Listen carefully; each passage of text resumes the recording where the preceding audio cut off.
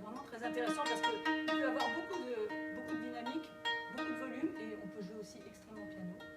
Et c'est vraiment très agréable.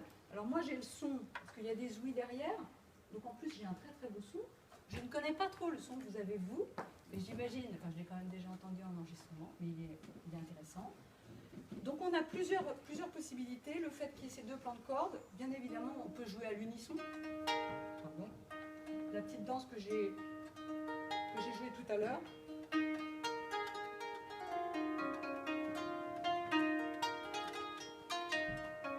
Alors excusez-moi, mais l'accord n'est...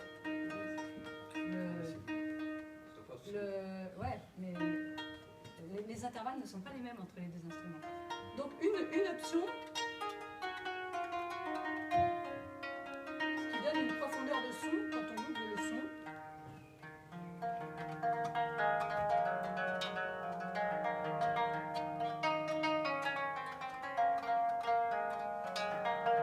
Voilà.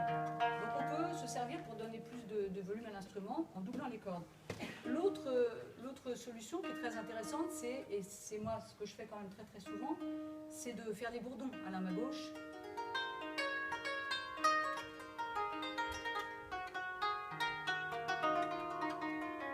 Voilà, et faire la mélodie à la main droite.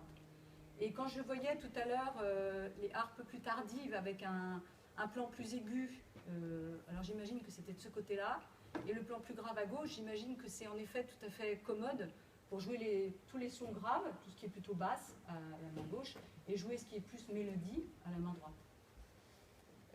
Alors pour moi aussi, ce qui était intéressant pour cet instrument, c'est pour le répertoire que je pratique, donc celui des troubadours et des trouvères, il est vraiment tout à fait idéal.